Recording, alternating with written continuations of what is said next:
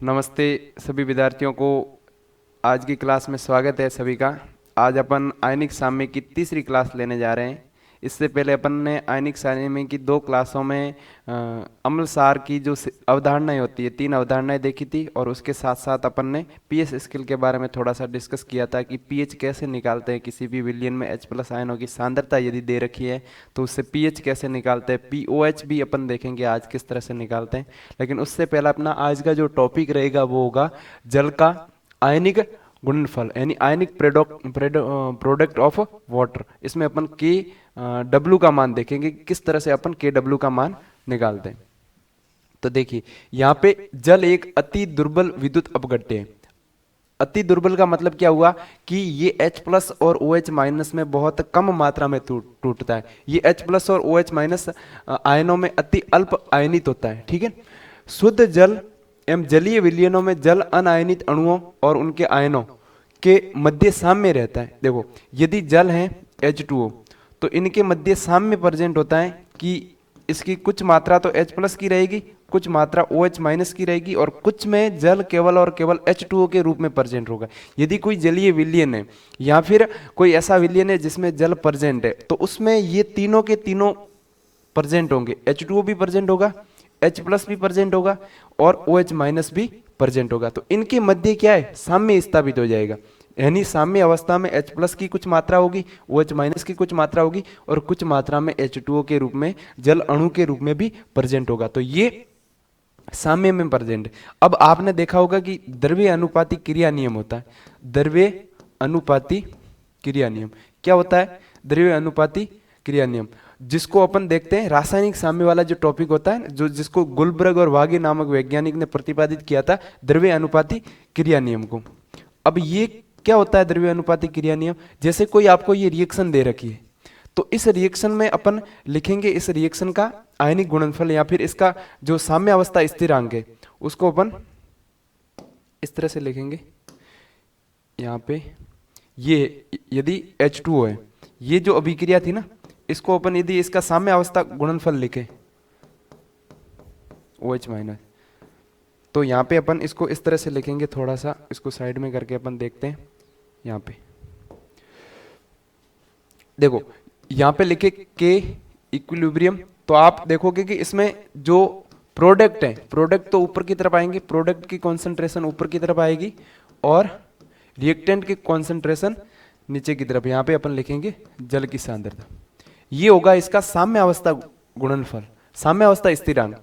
द्रव्य अनुपाती क्रिया नियम के अनुसार कोई भी यदि रासायनिक अभिक्रिया दे रखी है और उसका साम्य अवस्था स्थिरांक लिखना है तो इसका साम्य अवस्था स्थिरांक इस तरह से लिखा जाएगा। कोई भी प्रोडक्ट है तो उसकी सांद्रता ऊपर की तरफ लिखी जाएगी, और कोई रिएक्टेंट है तो उसकी सांद्रता नीचे की तरफ लिखी जाएगी। तो इस अभिक्रिया के लिए अपन साम्य अवस्था स्थिरांक को इस तरह से लिख देंगे। अब बात आती है कि जल का आयनिक गुणनफल क्या होता है। तो जल का आयनिक गुणनफल इस तरह से आएगा। जो KW है ना, उसको अपन इस तरह से लिखेंगे के इक्विलिब्रियम, और साथ में ये जो H2O की जो सांद्रता है, ये H2O की सांद्रता, इसको अपन इससे मल्टीप्लाई करेंगे यहाँ पे H2। तो देखो इस रिएक्शन, यहाँ पे ये जो समीकरण दे रखा है, इस जल की सांद्रता को इससे मल्टीप्लाई करेंगे तो इसके सामने क्या बचेगा? यहाँ पे इधर KW बराबर ये है। ठीक है, तो इसके लिए अपन यहां पे लिख देंगे H प्लस और OH माइनस। ये बहुत ही इंपॉर्टेंट चीज है कि KW का मान क्या होता है? H प्लस और OH माइनस की सांद्रताओं के गुणनफल के बराबर। अब देखो यहां से मैं कहूं कि PKW का मान क्या होगा? PKW का मान यदि आपको यहां से निकालना है तो आप कैसे निकालोगे? अब यहां पे दोनों तरफ ऋणात्मक लघु गुणक ले लो। आप दोनों तरफ ऋणात्मक लघु गुणक, यहां पे दे रखा था आपको ये H प्लस और इधर दे रखा था OH माइनस। ठीक है, अब यदि यहां पे आप लिखते हो माइनस लॉग KW तो इधर हो जाएगा माइनस लॉग, और ये हो गया H प्लस और साथ में OH माइनस, दोनों की सांद्रताओं को अपन मल्टीप्लाई कर देंगे। अब देखो इसको अपन सॉल्व करने वाले हैं, तो ये इसको अपन क्या लिख सकते हैं, मैंने बताया यदि कहीं लॉग में x दे रखा है तो उसको अपन लिख सकते हैं माइनस लॉग x दे रखा है तो उसको इस तरह से लिख सकते हैं, पी एक्स लिख सकते हैं। तो इसको अपन क्या लिख देंगे, यहां पे इसको अपन लिख देंगे पी के डब्ल्यू, क्या लिख देंगे इसको, पी के डब्ल्यू, इसको मैं लिख दूंगा पी के डब्ल्यू, ठीक है। अब यहां पे जो ये लॉग के साथ जो कोष्टक में ये दो चीजें दे रखी है H प्लस और OH माइनस की सांद्रता, इसको अपन सॉल्व करेंगे तो देखो यहां पे मैंने लॉग का एक फॉर्मूला बताया था, लॉग m इंटू एन दे रखा है, तो इसको अपन कैसे लिखेंगे, log m plus log n, तो यहां पे ये लिख देंगे आप लॉग H प्लस, अब देखो माइनस दोनों के साथ लगा हुआ है, ठीक है, बाहर की तरफ माइनस है, और साथ में प्लस लॉग OH माइनस, ये इस तरह से। अब इस माइनस को अंदर की तरफ मल्टीप्लाई करोगे आप तो आएगा माइनस लॉग H प्लस और साथ में माइनस लॉग OH माइनस, ये। अब यहां से ये बताओ कि माइनस लॉग H प्लस को क्या लिखोगे आप, माइनस लॉग H प्लस को तो पीएच लिखोगे, माइनस लॉग H को क्या लिखोगे, पीएच। इसी तरह से माइनस लॉग OH माइनस को क्या लिखोगे, माइनस लॉग OH माइनस, इसको लिखोगे POH। तो यहां से अपन कह सकते हैं कि जो पी के डब्ल्यू का मान है, पी के डब्ल्यू का मान होगा वो होगा पी के डब्ल्यू का मान POH प्लस PH। अब ये जो फॉर्मूला है ना, इस फॉर्मूले को आप याद कर लीजिएगा, क्योंकि कॉम्पिटिटिव एग्जाम में क्वेश्चन को जल्दी सॉल्व करना ज्यादा इंपॉर्टेंट है कि क्वेश्चन को सॉल्व किया तो है आपने, लेकिन उस क्वेश्चन में यदि आपने ज्यादा टाइम लगा दिया है तो उसको सॉल्व करने का कोई अर्थ नहीं होता आपका, क्योंकि कॉम्पिटिटिव एग्जाम में लगभग एक क्वेश्चन के लिए केवल 1 मिनट मिलती है। और आपको फिजिकल केमिस्ट्री में थोड़ा सा ध्यान रखना है कि जो न्यूमेरिकल टाइप के क्वेश्चन आते हैं उसको बहुत जल्दी समय में सॉल्व करना है। तो ये जो फॉर्मूला दे रखा है, इस फॉर्मूले के द्वारा ही आपका ये एक नया फॉर्मूला आता है, PH प्लस POH बराबर क्या लिखाया था मैंने, PKW, ये तो फॉर्मूला है। अब ये फॉर्मूला कैसे आया, तो अपन ने जल का आयनिक गुणनफल निकाला, तो जल का आयनिक गुणनफल क्या होता है, KW, ये होता है H प्लस और OH माइनस की सांद्रताओं के गुणनफल के बराबर, H प्लस और OH माइनस की सांद्रताओं के गुणनफल के बराबर। और यहाँ पे इन दोनों में अपन ने दोनों तरफ ऋणात्मक लघु गुणक लिया, तो इसको तो अपन ने PKW लिख दिया और इसको अपन ने PH लिख दिया और इसको अपन ने क्या लिख दिया, POH। तो इस तरह से अपन ने ये फॉर्मूला तो बना लिया, ठीक है। अब जब देखा गया 25 डिग्री सेल्सियस पे रूम टेम्परेचर होता है, इस 25 डिग्री सेल्सियस पे जब देखा गया PKW का मान प्रायोगिक रूप से, तो इसका मान आया PKW का मान 10 की पावर माइनस 14 आया। PKW का मान कितना आया, 14, PKW का मान 14 आया, PKW का मान 14 है और अपने KW का मान 10 की पावर माइनस 14 है, ठीक है। यहां पे ये प्रैक्टिकल रूप से जब इसका मान निकाला गया, कौन से टेम्परेचर पे, 10 की पावर अपने 25 डिग्री सेल्सियस पे ये आया, KW का मान 10 की पावर माइनस 14 और PKW का मान आया 14।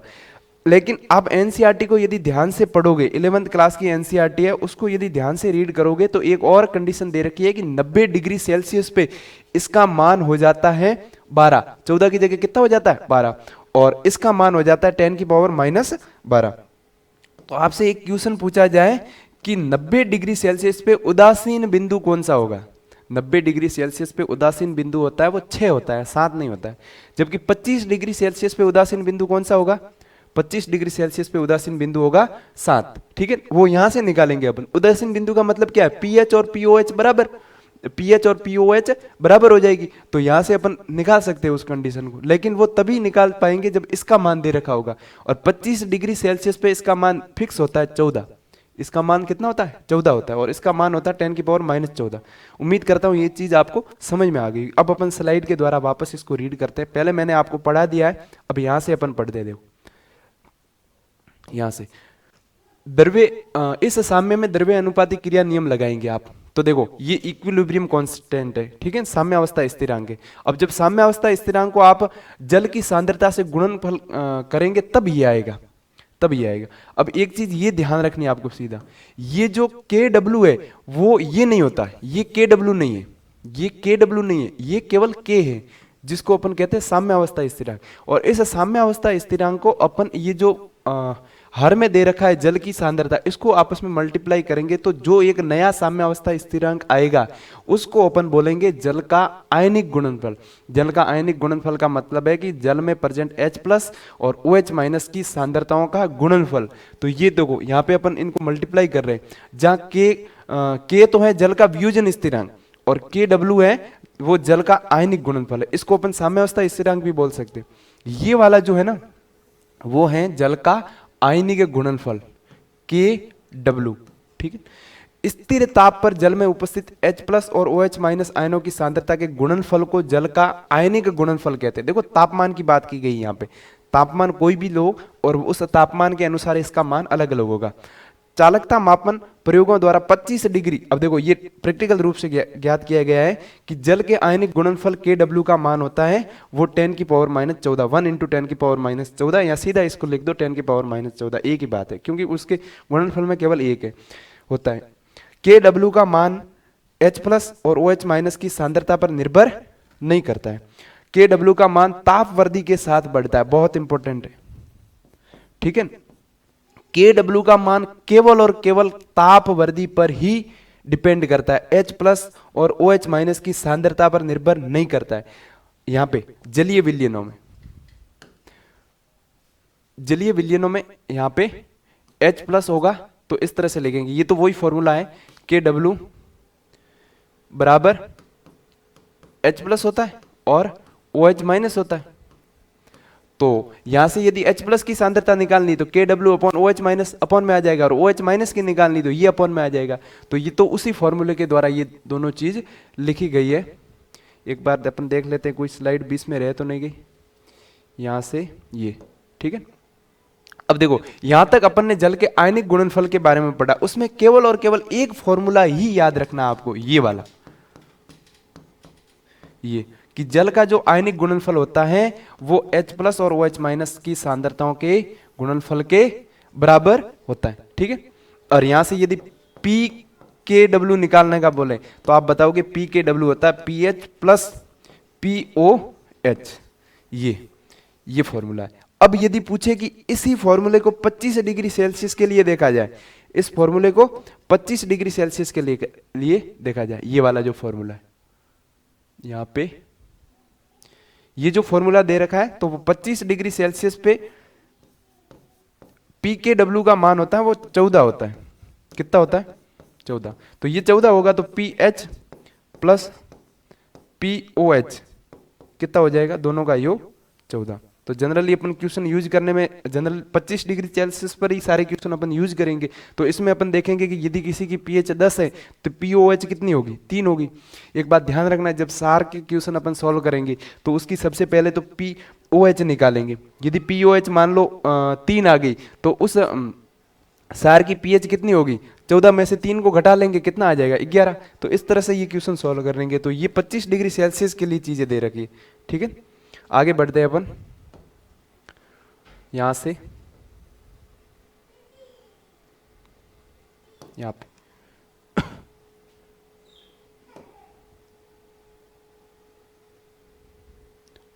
ये चीजें तो अपन ने पिछली स्लाइड में पढ़ ली है, तो इसको मैं यहां से मिटा देता हूं।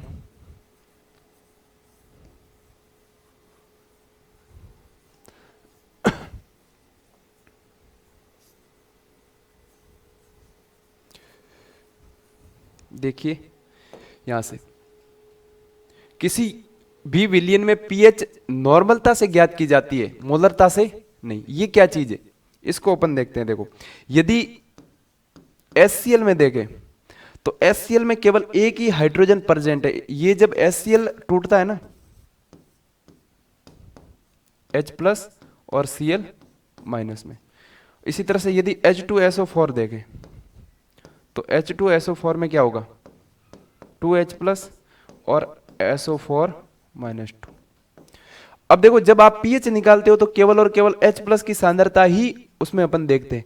पीएच में क्या देखते हैं, H प्लस की सांद्रता। मान लो इसकी सांद्रता 1 मोल है, इसकी सांद्रता कितनी है, 1 मोल, तो H प्लस की सांद्रता भी कितनी होगी, 1 मोल, और Cl माइनस की सांद्रता भी कितनी होगी, 1 मोल। लेकिन यदि H2SO4 की बात की जाए, H2SO4 में यदि इसकी अपनी मोलरता या फिर सांद्रता है वो 1 मोल है, तो इसकी कितनी हो जाएगी, 2 मोल। तो अपन को कितनी लेनी पड़ेगी, 2 मोल। जब पीएच निकालेंगे तब H प्लस की सांद्रता कितनी लेनी पड़ेगी, यहाँ पे 2 मोल लेनी पड़ेगी। तो ये जो लाइन है या ये भी जो नोट्स लिखा गया है उसमें आपको ये चीज ध्यान रखनी है कि जब पीएच निकालते हो तो H प्लस की सांद्रता निकालनी है।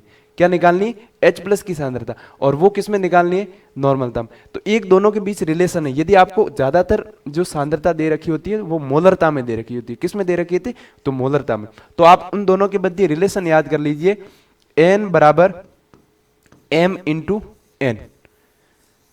तो यहां पे N क्या है, N है अम्लों के लिए तो वो कितने H प्लस देता है, सार के लिए कितना OH माइनस देता है। ये इसी चीज को अपन ने पहली क्लास में पढ़ा था कि कोई अम्ल कितने H प्लस दे सकता है उसको उसकी सारकता बोलते हैं, और कोई सार है वो कितने OH माइनस दे सकता है उसको उसकी अम्लता बोलते हैं। तो यहाँ पे अम्ल और सार के लिए N क्या हो जाएगा, उसकी अम्लता और सारकता, ठीक है।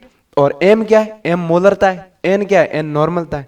तो यहाँ पे N का मान आपको निकालना है। जैसे H2SO4 के लिए N का मान कितना होगा, 2।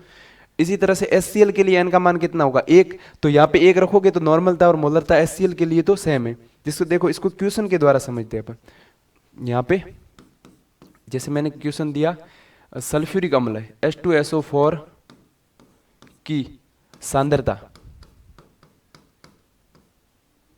H2SO4 की सांद्रता यहां पे दे रखी है आपको 0.001, ठीक है। और इसकी पीएच निकालनी है आपको, क्या निकालनी, पीएच निकालो। H2SO4 कोई विलियन है और उसकी सांद्रता दे रखी है 0.001। अब बताओ इसकी पीएच क्या होगी। तो आप देखोगे कि पीएच बराबर क्या होता है, माइनस लॉग H प्लस। अब देखो आपको निकालनी H प्लस की सांद्रता, और यहां पे दे रखी है H2SO4 की सांद्रता। किसकी सांद्रता दे रखी, H2SO4 की। तो क्या H प्लस और H2SO4 की सांद्रता यहां पे समान होने वाली, नहीं होने वाली। क्यों, क्योंकि H2SO4 जब टूटेगा, आपको पता है ये एक स्ट्रॉन्ग एसिड है, तो हालांकि ये तो अनुत्क्रमणीय अभिक्रिया होती है। H2SO4 HCl वगैरह जो अम्ल है उनमें अनुत्क्रमणीय अभिक्रिया होती है, यानी ये अग्र दिशा में ही होती है, पश्चिम दिशा में बहुत कम अभिक्रियाएं चलती है। H प्लस और SO4 माइनस 2। तो यहां पे यदि इसकी सांद्रता है वो 0.001 है, तो इसकी सांद्रता कितनी होगी, 0.001 इंटू 2, तो ये हो जाएगी 0.002। अब यदि आप यहां तो इस तरह से समझ के आप H प्लस की सांद्रता रख दीजिए क्वेश्चन में, या फिर आप सीधा वो फॉर्मूला लगा दीजिए कि आप नॉर्मलता बराबर मोलरता इंटू N फैक्टर। अब यहां पे मोलरता कितनी दे रखी है, ये दे रखी है 0.001, और N का मान कितना दे रखा है, तो वो N का मान यहाँ पे H2SO4 के लिए कितना हो जाएगा, 2 हो जाएगा, क्योंकि इसकी सारकता कितनी है, 2। ये 2 H प्लस आयन देता है, ठीक है। तो ये इसको सॉल्व करेंगे तो 0.002, यानी अपने जो पीएच के जो क्वेश्चन होते हैं ना उसमें आपको ये नॉर्मलता रखनी होती है। क्या रखनी होती है, नॉर्मलता रखनी होती है। एक बात तो मैं कहूं तो नॉर्मलता रख दो, या फिर H प्लस आयनों की सांद्रता रख दो। यदि एसिड की बात की जाए तो एसिड की तो नॉर्मलता रखी जाती है, और इधर देखें तो H प्लस आयन की तो आप सीधी सांद्रता भी रख सकते हो, क्योंकि इसमें सांद्रता दुगनी हो जाती है। H2SO4 की जितनी सांद्रता दे रखी है उससे इसकी दुगनी हो जाएगी। यदि ये चीज कर ली आपने, जल्दबाजी में इसको भूल मत जाना, यदि यदि ये चीज कर ली तो इससे क्वेश्चन बहुत आसान हो जाएगा। देखो पीएच बराबर, अब तो ये बहुत आसान क्वेश्चन हो गया, यहां पे आप इसको लिख दोगे 0.002। अब इसको आप सॉल्व करके इसका आंसर निकाल सकते हो। देखिए यहां पे हो जाएगा माइनस लॉग, इस 0.002 को मैं लिख दूंगा 2 इंटू 10 की पावर -3। अब इसको वापस लिखूंगा मैं माइनस लॉग 2, और साथ में ये 3 आगे आ जाएगा और लॉग 10 हो जाएगा इस तरह से। अब 10 का मान होता है, log 10 का मान 1 होता है, और यहाँ पे log 2 का मान मैंने आपको बताया था 0.3010 होता है, लेकिन इसको 0.30 ले लेंगे अपन, ठीक है। और आगे माइनस लगा हुआ है ऑलरेडी, और ये आ जाएगा -3। इस तरह से ये pH का मान निकाल रहे हैं अपन। अब pH बराबर हो जाएगी, इस माइनस को अंदर की तरफ सॉल्व करेंगे तो +3 हो जाएगा, और ये हो जाएगा 0.30। तो इसको करेंगे सॉल्व तो 2.70 आ जाएगा ये pH, यानी उसकी pH कितनी होगी 2.70। यदि आपने यहाँ पे ध्यान नहीं दिया तो आपका क्वेश्चन, आता हुआ क्वेश्चन भी आपका गलत हो जाएगा, ये वाला यहाँ पे। ये यदि आपने सीधी इसकी सांद्रता रख दी कि यहाँ पे H2SO4 है, ठीक है, सांद्रता इतनी दे रखी है, pH निकालना है, तो यहाँ पे ये सांद्रता रख दो। सांद्रता ये नहीं रखनी, सांद्रता H+ आयनों की रखनी है। तो H2SO4 में H+ आयनों की सांद्रता है वो जो एसिड की सांद्रता उससे दुगनी हो जाएगी। HCl में ऐसा नहीं होता है, HCl में एक ही H होता है, तो जितनी सांद्रता दे रखी उतनी रखी। सांद्रता आपको मोलरता में दी हुई है, ये सांद्रता किस में दे रही है, मोलरता में। यदि ये सीधी नॉर्मलता में दे रखी है ना, तो फिर आपको वही रखनी। ये सीधी नॉर्मलता में दे रखी है तो वो आपको वही रखनी, ठीक है। उम्मीद करता हूँ ये चीज आपको समझ में आ गई होगी। अब अपन आगे बढ़ते हैं यहां से, ये यहाँ पे ध्यान दीजिए, ये सारी चीजें मैंने आपको पढ़ा दी है। उदाहरण के लिए देखो, m/100 H2SO4 की नॉर्मलता, तो ये देखो नॉर्मलता के लिए फॉर्मूला मैंने आपको ऑलरेडी बता दिया।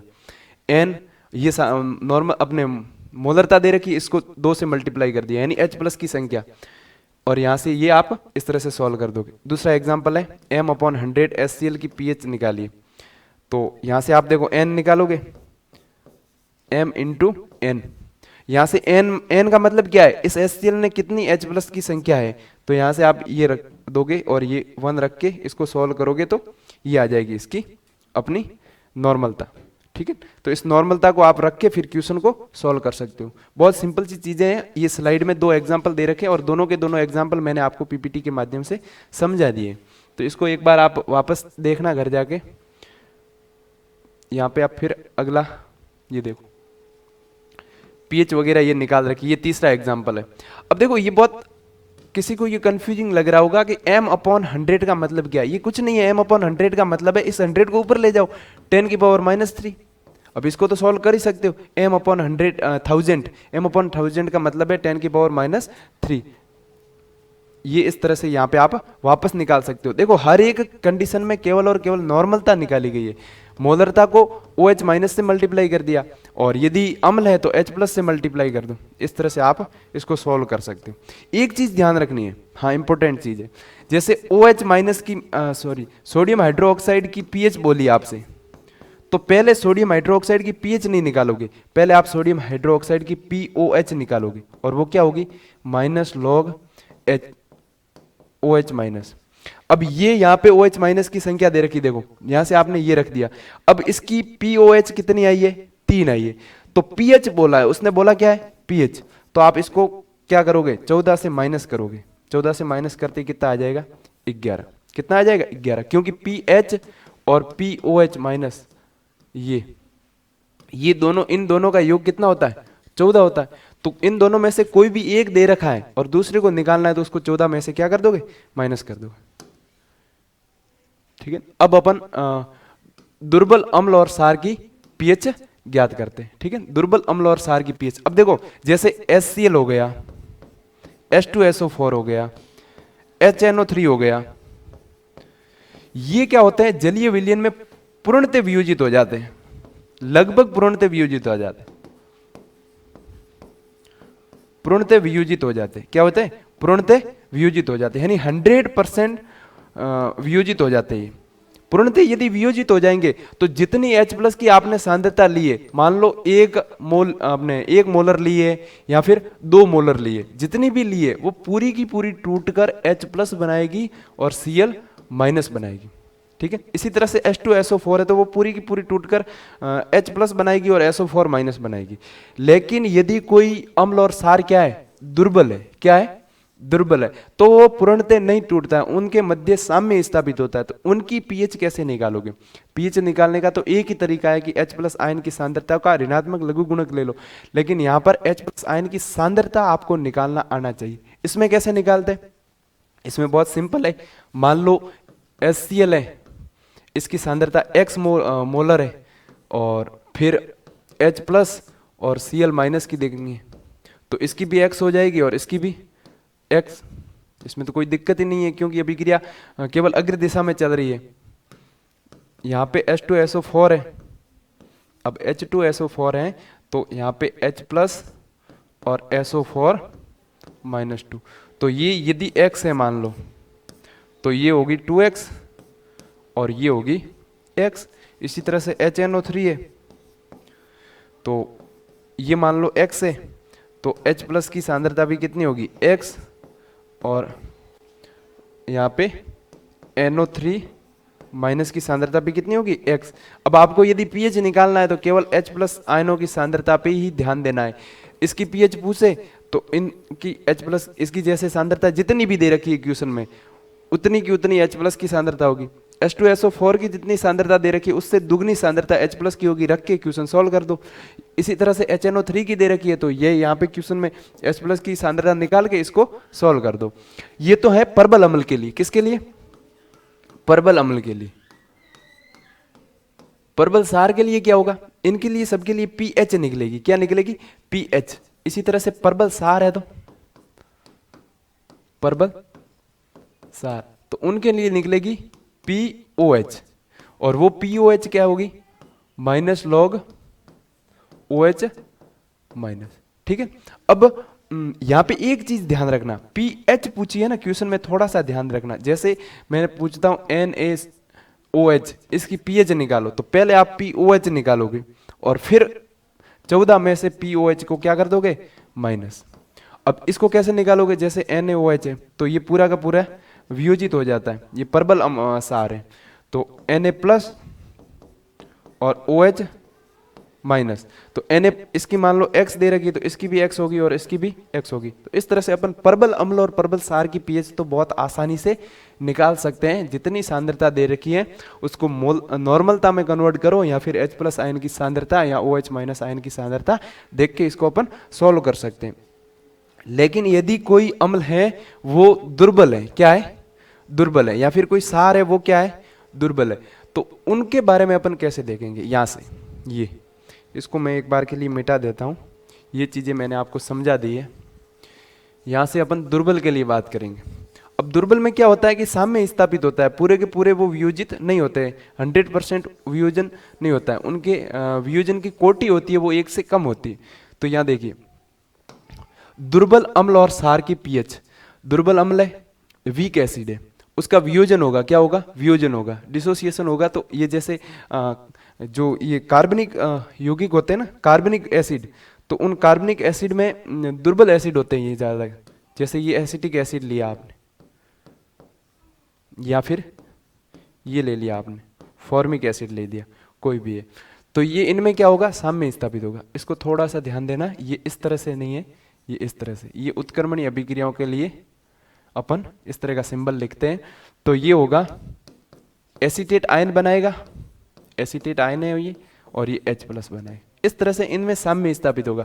तो देखो साम्य अवस्था में क्या होगा कि कुछ ये भी प्रेजेंट होगा, कुछ ये भी प्रेजेंट होगा और कुछ ये भी प्रेजेंट होगा। इन तीनों की सांद्रताएं साम्य अवस्था पर प्रेजेंट होगी कुछ न कुछ। ठीक है। तो अपन पहले तो इनकी, अपन को किसकी चाहिए सांद्रता? H प्लस की, ताकि अपन पीएच निकाल पाए। तो अपन H प्लस की सांद्रता देखने वाले हैं यहाँ पे। इसी तरह से ये फॉर्मिक एसिड है तो ये किस में टूटेगा? फॉर्मेट आयन बनाएगा पहले तो ये वाला, और H प्लस आयन। ठीक है। तो साम्य पर ये तीनों की तीनों चीज प्रेजेंट होगी क्योंकि ये दुर्बल एसिड है। क्या है? दुर्बल एसिड। देखिए मान लो समय 0 है, जब अपन ने कोई रिएक्शन करवाई है किसी बीकर में, तो शुरुआत में अपन ने इसका 1 मोल लिया है। क्या लिया है? 1 मोल। अब शुरुआत में यदि इसका 1 मोल है तो ये दोनों तो 0 है, लेकिन कुछ समय बाद क्या स्थापित हो जाएगा? साम्य स्थापित होगा। तो मान लो इसका वियोजन हुआ। क्या हुआ? वियोजन। अब यदि वियोजन होता है, यहां से अपन एक नई स्लाइड में समझते हैं इस चीज को। देखिए CH3COOH, यहां से CH3, ये एसीटेट आयन है और ये H प्लस है। मान लो शुरुआत में अपन ने T बराबर 0 लिया है, तो T बराबर 0 पर क्या होगा? इसको मान लो अपन ने 1 मोल लिया है। क्या लिया है? 1 मोल। तो ये शुरुआत में तो 0 0 होंगे, फिर अपन ने कुछ समय बाद साम्य स्थापित हो गया, साम्य पर सीधा अपन लिखते हैं टी, समय बाद क्या स्थापित हो गया, साम्य स्थापित हो गया। तो साम्य पर क्या होगा, ये मान लो इसकी वियोजन की कोटि है वो अल्फा है, क्या है, वियोजन की कोटि अल्फा है, तो ये एक में से अल्फा कम हो जाएगा और ये कितना बनेगा अल्फा, और ये भी कितना बनेगा अल्फा। अब यहां पे अपन ने मोल लिया था, तो मान लो जो अपन ने जो बीकर लिया है उसका जो आयतन है वो क्या है, v है, तो यहां पे साम्य पर मोल है, ये मोल हो गए साम्य पर। अब यहां पे देखेंगे साम्य पर सांद्रता, अब सांद्रता क्या होती है, मोल अपॉन वॉल्यूम, तो वो हो जाएगा 1 minus alpha upon V, alpha upon V, और ये हो जाएगा अल्फा अपॉन वी। इस तरह से अपन साम्य पर सांद्रता निकाल लेंगे। अब जैसे ही साम्य पर सांद्रता आ गई, अपन को अब सांद्रता किसकी चाहिए, S प्लस की, और वो सांद्रता प्रेजेंट है। इस तरह से आपको कुछ अभिक्रिया को इस तरह से देखना है और इस तरह से रीड करना है, क्योंकि ये दुर्बल अम्ल है, क्या है, दुर्बल अम्ल। यूज कैसे करना है इसको मैं वो समझाऊंगा, लेकिन अभी के लिए आपको ये ध्यान रखना है कि यदि ये वीक एसिड है तो ये पूरा का पूरा डिसोसिएट नहीं होगा, पूरा का पूरा टूटेगा नहीं। क्यों, क्योंकि ये दुर्बल अम्ल है, और इसमें जब साम्य स्थापित हो जाएगा तो कुछ मात्रा इसकी भी होगी, कुछ मात्रा इसकी भी होगी, और कुछ मात्रा इसकी भी प्रेजेंट होगी, और इनमें साम्य स्थापित हो जाएगा। यहां से देखिए, अपन यहां देख रहे थे ये, अब देखो साम्य पर ये इस तरह से, ये मैंने आपको समझा दिया है। अब ये इसकी सांद्रता हो गई, ये इसकी सांद्रता हो गई, v अपॉन 1 अपॉन वी को अपन ने कॉन्सेंट्रेशन लिख दिया, क्योंकि c है वो प्रारंभिक सांद्रता है और अल्फा क्या है, वियोजन की मात्रा है। अब यहाँ पे H प्लस आयनों की सांद्रता है वो हो गई अल्फा c। यहाँ से अपन देखते हैं कि ये किस तरह से हुआ है, देखो चूंकि c है वो प्रारंभिक सांद्रता है, c क्या है, प्रारंभिक सांद्रता, और अल्फा क्या है, वियोजन की मात्रा। यहां पर साम्य नियम लिखते हैं अपन, इसको देखते हैं। यहां पे केवल और केवल 1 अपॉन वी को c लिखा गया है, 1 अपॉन वी को क्या लिखा गया है, c क्या होता है, सांद्रता, और v क्या होता है, आयतन। तो आयतन और सांद्रता एक दूसरे के क्या होते हैं, व्युत्क्रमानुपाती। इधर से देखिए C है ना, वो उसको लिखा गया 1 अपॉन वी। तो अपनी जो ये अभिक्रिया थी ये इस तरह से,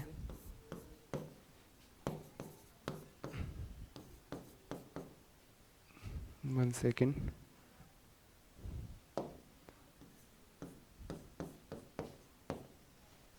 यहाँ पे इसको अपन ने शुरुआत में 1 मोल माना था, ये 0 थे। यहाँ पे अपन देखेंगे कि साम्य पर क्या होगा, इसमें वियोजन हो गया अल्फा, तो ये बन गई अल्फा, ये बन गई अल्फा। अब क्या होगा, वॉल्यूम है वो उस कंटेनर का वॉल्यूम v है। अब यहाँ पे 1 अपॉन वी को क्या लिखा गया है, c लिखा गया है। 1 अपॉन वी क्या होता है, c, यानी सांद्रता है वो आयतन के व्युत्क्रमानुपाती होती है। तो यहाँ से मैं लिख दूंगा 1 माइनस अल्फा, और ये जो 1 अपॉन वी है इसको मैं लिख दूंगा c, और ये 1 अपॉन वी है उसको मैं लिख दूंगा c, ये भी 1 अपॉन वी है उसको मैं लिख दूंगा c। अब अपन साम्य अवस्था स्थिरांक लिखते हैं। ये बात हो गई साम्य पर, साम्य पर, ठीक है। ये बात थी वो शुरू में थी, इसका 1 मोल था, ये कुछ नहीं थे, और ये सारी की सारी बातें किस में की जा रही है, साम्य पर। अब साम्य पर सांद्रता आ गई तो आपके उसका साम्य अवस्था स्थिरांक लिख सकते हो ना। साम्य अवस्था स्थिरांक क्या होता है, साम्य पर जो सांद्रता दे रखी है उसी से तो अपन डील करते हैं। जैसे कोई साम्य अवस्था स्थिरांक है तो साम्य पर इसकी सांद्रता कितनी है, ये मैं लिख दूंगा CH3 COOH माइनस और H प्लस अपॉन में CH3 COOH। अब इसकी सांद्रता कितनी है साम्य पर, देखिए यहाँ पे अल्फा सी, यहाँ पे इसकी सांद्रता कितनी है इनटू अल्फा सी, और यहाँ पे कितनी सांद्रता है 1 माइनस अल्फा सी, ये हो जाएगा K इक्विलिब्रियम। ये चीज आपको समझाई गई स्लाइड में, ठीक है, समझ में आ गया। ये किससे लिखा, वापस अपन ने वो द्रव्य अनुपाती क्रिया नियम लगाया है, द्रव्य अनुपाती क्रिया नियम, क्रिया नियम। एक चीज मैंने आपको एक एक्स्ट्रा बताई है कि 1 अपॉन वी होता है ना, वो c होता है, हमेशा ध्यान रखना। मतलब जो सांद्रता है वो वॉल्यूम के क्या होती है, व्युत्क्रमानुपाती होती है। व्युत्क्रमानुपाती भी नहीं कह सकते, व्युत्क्रम के बराबर, एग्जैक्ट व्युत्क्रम है ना उसके बराबर है। व्युत्क्रमानुपाती का मतलब तो क्या होता है, इसके साथ कुछ और मल्टीप्लाई होता है, कुछ नियतांक वगैरह लग जाए तो फिर अपन कहते हैं इसका व्युत्क्रमानुपाती। ये तो व्युत्क्रम के बराबर है एग्जैक्ट। एक 1/वॉल्यूम होता है वो c के बराबर होता है, ठीक है। यहां से अपन वापस इधर देखते हैं, अब इसको सोल्व करेंगे। देखो इसको आगे सोल्व किया गया है यहाँ पे, यहीं पे मैं समझा दूंगा आपको। यहां तक तो समझ में आ गई चीजें, ये यहां तक। फिर यहां से अपन देखो ये, तो इसको अपन पिछली स्लाइड में ये लिखा था आपने, ये और 1 माइनस अल्फा और सी, तो इसको आपस में देखो सी से सी कट जाएगा, यहाँ पे हो जाएगा अल्फा स्क्वायर और क्या बच जाएगा सी और 1 माइनस अल्फा, ये इस तरह से होगा। और ये क्या है, के इक्विलिब्रियम यानी साम्य अवस्था स्थिरांक। ये इसको अपन ने कहां से निकाला है, इसने अपन को निकाला द्रव्य अनुपाती क्रिया नियम से। अब यहां पे यदि अल्फा क्या है, वेरी वेरी लेस देन 1, यानी अल्फा का मान 1 से बहुत कम है। जैसे अपन देखें परबल अम्ल और परबल सार, उनके लिए अल्फा का मान लगभग 1 होता है, यानी वो जितने मात्रा में विलयन में हैं वो सारे के सारे वियोजित होकर H+ और OH- दे देंगे। यदि अम्ल है तो H+ दे देंगे और सार है तो OH- दे देंगे। लेकिन जो दुर्बल होते हैं ना उनमें वियोजन बहुत कम होता है। जैसे मैंने 1 मोल लिया है एसिटिक एसिड, मैंने 1 मोल लिया है तो उसमें से बहुत कम 0.02 इतने ही मोल हैं वो H+ और एसीटेट आयन बनाएगा, बाकी वाला वो वैसा का वैसा विलयन में पड़ा रहेगा। इसका मतलब है इनका अल्फा बहुत कम होता है। अल्फा को अपन यदि परसेंटेज में निकालें तो इनका अल्फा 5% से भी कम होता है, 5% से भी कम होता है, यानी 0.5। अल्फा का मान 0.5 से कम होता है, अल्फा बराबर 0.5 से भी कम होता है अधिकांश जो ये दुर्बल अम्ल और सार होते हैं इनके लिए। तो इसलिए अपन कह सकते हैं कि अल्फा को अपन लगभग नेगलेक्ट मान लेंगे। यहाँ पे 1 माइनस अल्फा को क्या लिख देंगे, 1 माइनस अल्फा बराबर 1 हो जाएगा। 1 माइनस अल्फा बराबर लगभग क्या हो जाएगा, 1 हो जाएगा यहाँ से। तो फिर वापस इसको अपन लिख सकते हैं यहाँ से, देखिए इधर इसी में ये जो समीकरण यहाँ पे प्रेजेंट है अपना, इसके बाद आगे अपन इसको सॉल्व करते हैं। देखिए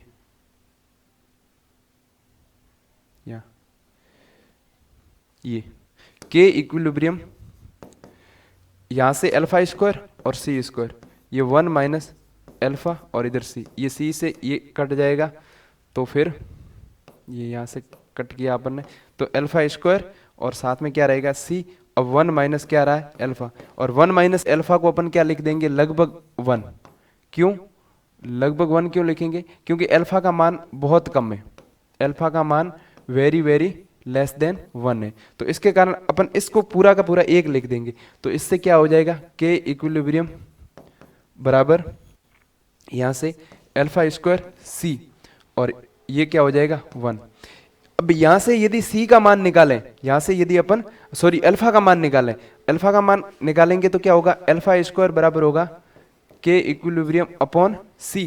और फिर अपन देखें कि अल्फा का मान क्या होगा, तो अल्फा का मान होगा के इक्विलिब्रियम अपॉन C का अंडर रूट। इस तरह से अपन किसी भी अम्ल के लिए अल्फा का मान निकाल सकते हैं। अब अल्फा का मान अपन ने क्यों निकाला था, इधर देखिए आप।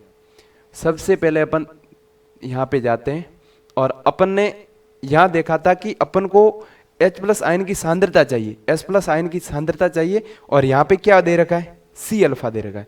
क्या दे रखा है, C अल्फा। तो मान लो सांद्रता तो दे रखी है यहाँ पे, लेकिन अल्फा का मान नहीं दे रखा है, और उस अम्ल का वियोजन स्थिरांक दे रखा होगा आपको यहाँ पर, के इक्विलिब्रियम जो है ना वो वियोजन स्थिरांक है। तो उससे अपन अल्फा का मान निकाल के उससे ये क्वेश्चन अपन यूज कर सकते हैं, और उसका H+ आयन की सांद्रता निकाल सकते हैं और पीएच निकाल सकते हैं। बाकी वाला अपन अगली क्लास में देखेंगे, क्योंकि क्लास थोड़ी सी लंबी हो जाएगी, इसलिए एक बार इसको फिर वापस अपन अगली क्लास में वापस थोड़ा सा समझेंगे। लेकिन अभी तक जो चीजें पढ़ाई है उसको एक बार आप रीड करना, फिर वापस अगली क्लास में अपन और देखेंगे। धन्यवाद।